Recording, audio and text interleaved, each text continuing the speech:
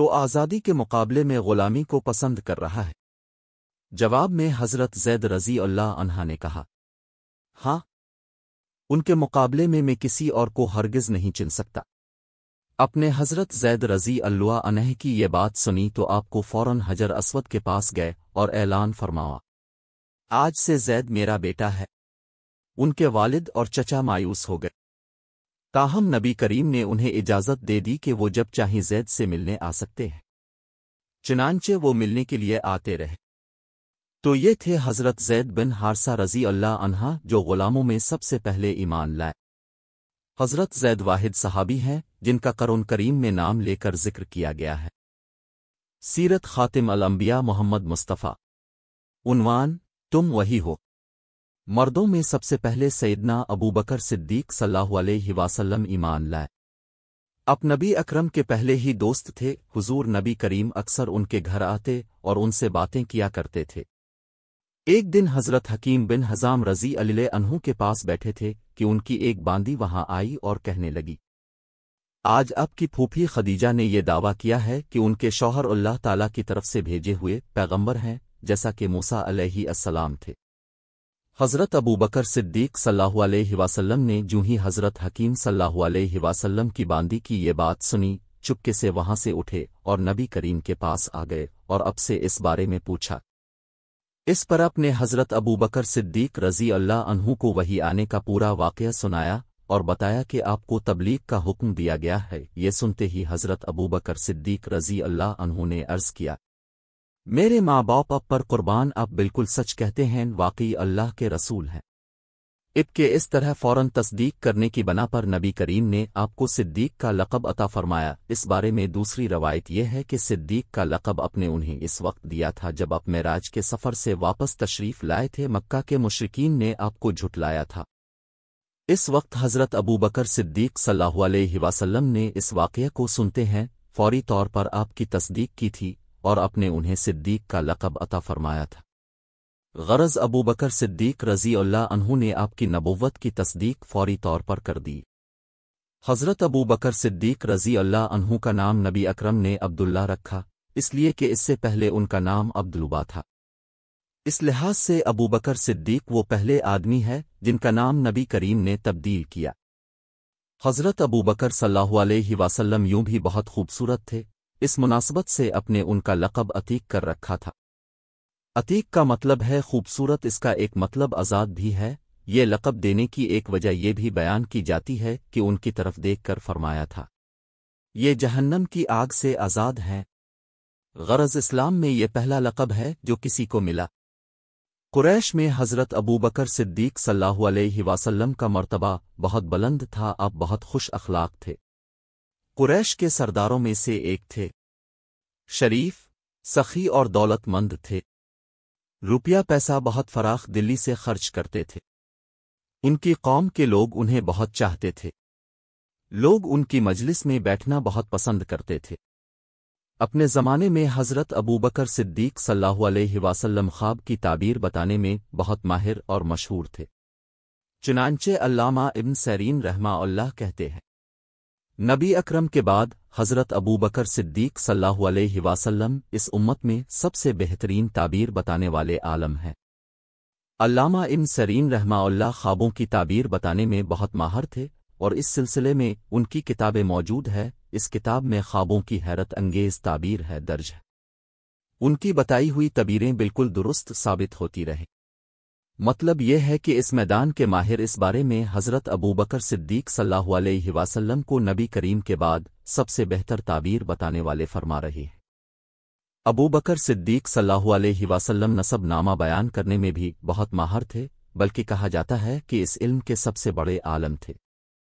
حضرت جبیر بن مطعم بھی اس علم کے ماہر تھے۔ وہ فرماتے ہیں، میں نے نسب ناموں کا فن اور علم اور خاص طور پر قریش کے نسب ناموں کا علم حضرت ابو بکر صدیق صلی اللہ علیہ وسلم سے ہی حاصل کیا ہے، اس لیے کہ وہ قریش کے نسب ناموں کے سب سے بڑے عالم تھے۔ قریش کے لوگوں کو کوئی مشکل پیش آتی تو حضرت ابو بکر صدیق صلی اللہ علیہ وسلم سے رابطہ کرتے تھے۔ حضرت ابو بکر صدیق صلی اللہ علیہ وسلم کے بارے میں نبی اکرم فرمایا کرتے تھے، میں نے جسے بھی اسلام کی دعوت دی اس نے کچھ نہ کچھ سوچ بچار اور کسی قدر وقفے کے بعد اسلام قبول کیا، سوائے ابو بکر کے، وہ بغیر ہچکچاہٹ کے فوراً مسلمان ہو گئے۔ ابو بکر سب سے بہتر رائے دینے والے ہیں۔ میرے پاس جبرائیل علیہ السلام آئے اور انہوں نے کہا کہ اللہ تعالیٰ آپ کو حکم دیتا ہے اپنے معاملات میں ابو بکر سے مشورہ کیا کریں۔ نبی کریم کے لیے حضرت ابو بکر صدیق رضی اللہ عنہ وزیر کے درجے میں تھے۔ آپ ہر معاملے میں ان سے مشورہ لیا کرتے تھے۔ ایک حدیث میں آتا ہے، نبی اکرم فرماتے ہیں، اللہ تعالی نے میری مدد کے لیے 4 وزیر مقرر فرمائے ہیں، ان میں سے 2 آسمان والوں میں سے ہیں، یعنی جبرائیل اور میکائیل علیہما السلام، اور 2 زمین والوں میں سے ایک ابو بکر اور دوسرے عمر رضی اللہ عنہما۔ اسلام لانے سے پہلے حضرت ابو بکر صدیق صلی اللہ علیہ وسلم نے ایک خواب دیکھا تھا۔ خواب میں اپنے دیکھا کہ چاند مکہ میں آتر آیا ہے اور اس کا ایک حصہ مکہ کے ہر گھر میں داخل ہو گیا ہے، اور پھر سارے کا سارا ابو بکر رضی اللہ والوں کی گود میں آ گیا۔ آپ نے یہ خواب ایک عیسائی عالم کو سنایا۔ اس نے اس خواب کی یہ تعبیر بیان کی کہ تم اپنے پیغمبر کی پیروی کرو گے جس کا دنیا انتظار کر رہی ہے اور جس کے ظہور کا وقت قریب آ گیا ہے، اور یہ کہ پیروکاروں میں سے سب سے زیادہ خوش قسمت انسان ہوگے۔ ایک روایت کے مطابق عالم نے کہا تھا، اگر تم اپنا خواب بیان کرنے میں سچے ہو تو بہت جلد تمہارے گاؤں میں سے ایک نبی ظاہر ہوں گے، تم اس نبی کی زندگی میں اس کے وزیر بنو گے اور ان کی وفات کے بعد ان کے خلیفہ ہوگے۔ کچھ عرصہ بعد ابو بکر صدیق رضی اللہ عنہ کو یمن جانے کا اتفاق ہوا تھا۔ یمن میں یہ ایک بوڑھے عالم کے گھر ٹھہرے۔ اس نے آسمانی کتابیں پڑھ رکھی تھیں۔ ابو بکر صدیق رضی اللہ عنہ کو دیکھ کر اس نے کہا، میرا خیال ہے تم حرم کے رہنے والے ہو، اور میرا خیال ہے تم قریشی ہو اور تیمی خاندان سے ہو۔ ابو بکر صدیق صلی اللہ علیہ وسلم نے جواب میں فرمایا، ہاں، تم نے بالکل ٹھیک کہا۔ اب اس نے کہا، میں تم سے ایک بات اور کہتا ہوں، تم ذرا اپنا پیٹ پر سے کپڑا ہٹا کر دکھاؤ۔ حضرت ابو بکر صدیق اس کی بات سن کر حیران ہوئے اور بولے، ایسا میں اس وقت تک نہیں کروں گا جب تک کہ تم اس کی وجہ نہیں بتا دو گے۔ اس پر اس نے کہا، میں اپنے مضبوط علم کی بنیاد پر کہتا ہوں کہ حرم کے علاقے میں ایک نبی کا ظہور ہونے والا ہے، ان کی مدد کرنے والا ایک نوجوان ہوگا اور ایک پختہ عمر والا ہوگا۔ جہاں تک نوجوان کا تعلق ہے وہ مشکلات میں کود جانے والا ہوگا، جہاں تک پختہ عمر کے آدمی کا تعلق ہے وہ سفید رنگ کا کمزور جسم والا ہوگا، اس کے پیٹ پر ایک بالدار نشان ہوگا، حرم کا رہنے والا تیمی خاندان کا ہوگا۔ اور اب یہ ضروری نہیں کہ تم مجھے اپنا پیٹ دکھاؤ، کیونکہ باقی سب علامتیں تم میں موجود ہیں۔ اس بات پر حضرت ابو بکر صدیق صلی اللہ علیہ وسلم نے اپنے پیٹ پر سے کپڑا ہٹا دیا، وہاں ان کی ناف کے اوپر سیاہ اور سفید بالوں والا نشان موجود تھا۔ تب وہ پکار اٹھا، پروردگان کعبہ کی قسم، تم وہی ہو۔ سیرت خاتم الانبیاء محمد مصطفیٰ۔ عنوان، دین نہیں چھوڑوں گا۔ حضرت ابو بکر صدیق صلی اللہ علیہ وسلم کہتے ہیں، جب میں یمن میں اپنی خریداری اور تجارتی کام کر چکا تو رخصت ہونے کے وقت اس کے پاس آیا۔ اس وقت اس نے مجھ سے کہا، میری طرف سے چند شعر سن لو جو میں نے اس نبی کی شان میں کہے ہیں۔ اس پر میں نے کہا، اچھی بات ہے، سناؤ۔ تب اس نے مجھے وہ شعر سنائے۔ اس کے بعد جب میں مکہ معظمہ پہنچا تو نبی اپنی نبوت کا اعلان کر چکے تھے۔ فوراً ہی میرے پاس قریش کے بڑے بڑے سردار آئے۔ ان میں زیادہ اہم عقبہ بن ابی معوط، شیبہ، ابو جہل اور ابو البختر تھے۔ ان لوگوں نے مجھ سے کہا، اے ابو بکر، ابو طالب کی یتیم نے دعویٰ کیا ہے کہ وہ نبی ہیں، اگر آپ کا انتظار نہ ہوتا تو ہم اس وقت تک صبر نہ کرتے۔ اب جب کہ آپ آ گئے ہیں ان سے نبٹنا آپ ہی کا کام ہے۔ اور یہ بات انہوں نے اس لیے کہی تھی کہ حضرت ابو بکر رضی اللہ عنہ نبی کریم کے قریبی دوست تھے۔ ابو بکر صلی اللہ علیہ وسلم فرماتے ہیں کہ میں نے اچھے انداز سے ان لوگوں کو ٹال دیا اور خود اب کے گھر پہنچ کر دروازے پر دستک دی۔ اب باہر تشریف لائے، مجھے دیکھ کر اپنے ارشاد فرمایا، اے ابو بکر، میں تمہاری اور تمام انسانوں کی طرف اللہ کا رسول بنا کر بھیجا گیا ہوں، اس لیے اللہ تعالی پر ایمان لے آؤ۔ آپ کی بات سن کر میں نے کہا، آپ کے پاس اس بات کا ثبوت ہے؟ آپ نے میری بات سن کر ارشاد فرمایا، اس بوڑھے کے وہ شعر جو اس نے آپ کو سنائے تھے۔ یہ سن کر میں حیران رہ گیا اور بولا، میرے دوست، آپ کو ان کے بارے میں کس نے بتایا؟ آپ نے ارشاد فرمایا، اس عظیم فرشتے نے جو مجھ سے پہلے بھی تمام نبیوں کے پاس آتا رہا ہے۔ حضرت ابوبکر صدیق صلی اللہ علیہ وسلم نے عرض کیا، اپنا ہاتھ لائی، میں گواہی دیتا ہوں کہ اللہ کے سوا کوئی معبود نہیں، اور یہ کہ آپ اللہ کے رسول ہیں۔ آپ میرے ایمان لانے پر بہت خوش ہوئے، مجھے سینے سے لگائے، پھر کلمہ پڑھ کر میں آپ کے پاس سے واپس آ گیا۔ مسلمان ہونے کے بعد حضرت ابوبکر صدیق صلی اللہ علیہ وسلم نے جو سب سے پہلا کام کیا وہ تھا اسلام کی تبلیغ۔ انہوں نے اپنے جاننے والوں کو اسلام کا پیغام دیا، انہیں اللہ اور اس کے رسول کی طرف بلایا۔ چنانچہ ان کی تبلیغ کے نتیجے میں حضرت عثمان بن عفان صلی اللہ علیہ وسلم مسلمان ہوئے۔ حضرت عثمان صلی اللہ علیہ وسلم کے مسلمان ہونے کی خبر ان کے چچا حکم کو ہوئی تو اس نے انہیں پکڑ لیا اور کہا، تو اپنے باپ دادا کا دین چھوڑ کر محمد کا دین قبول کرتا ہے؟ اللہ کی قسم، میں تجھے اس وقت تک نہیں چھوڑوں گا جب تک کہ تو اس دین کو نہیں چھوڑے گا۔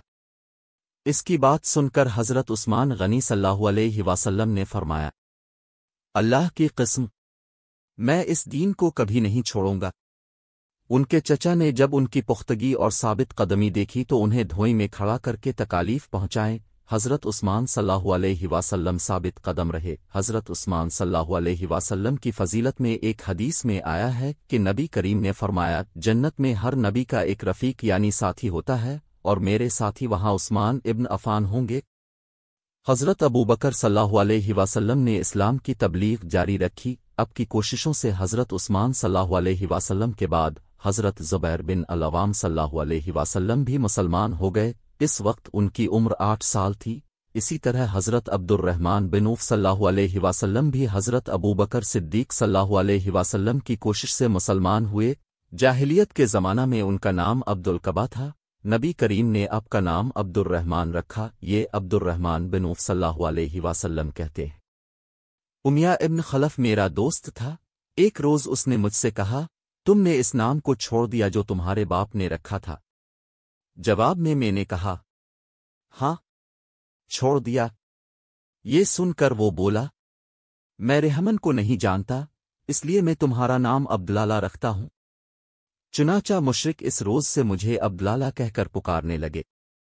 حضرت عبد الرحمن بن عوف صلی اللہ علیہ وسلم اپنے اسلام لانے کا واقعہ اس طرح بیان کرتے ہیں، میں اکثر یمن جایا کرتا تھا، جب بھی وہاں جاتا اسقلان بن اواقف حمیری کے مکان پر ٹھہرا کرتا تھا، اور جب بھی میں اس کے ہاں جاتا وہ مجھ سے پوچھا کرتا تھا، کیا وہ شخص تم لوگوں میں ظاہر ہو گیا ہے جس کی شہرت اور چرچے ہیں؟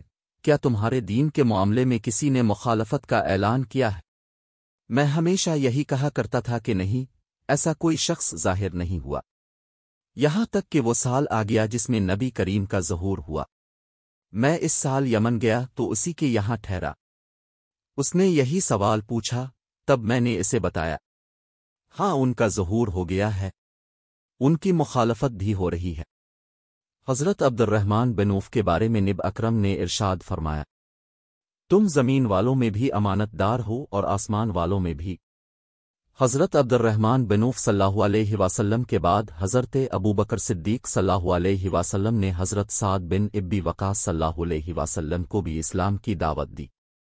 انہوں نے کوئی ہچکچاہٹ ظاہر نہ کی، فوراً حضور نبی کریم کے پاس چلے آئے، اب سے آپ کے پیغام کے بارے میں پوچھا۔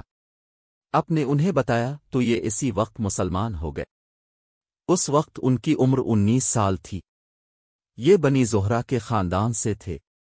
آپ کی والدہ ماجدہ آمنہ بھی اس خاندان سے تھیں، اسی لیے حضرت سعد بن ابی وقاص صلی اللہ علیہ وسلم حضور کے ماموں کہلاتے تھے۔ اپنے حضرت سعد بن ابی وقاص صلی اللہ علیہ وسلم کے لیے ایک بار فرمایا، یہ میرے ماموں ہیں، ہے کوئی جس کے ایسے ماموں ہوں؟ حضرت سعد بن ابی وقاص صلی اللہ علیہ وسلم جب اسلام لائے اور ان کی والدہ کو ان کے مسلمان ہونے کا پتہ چلا تو یہ بات انہیں بہت ناگوار گزری۔ ادھر یہ اپنی والدہ کے بہت فرما بردار تھے۔ والدہ نے ان سے کہا، کیا تم یہ نہیں سمجھتے کہ اللہ تعالیٰ نے تمہیں اپنے بڑوں کی خاطرداری اور ماں باپ کے ساتھ اچھا معاملہ کرنے کا حکم دیا ہے؟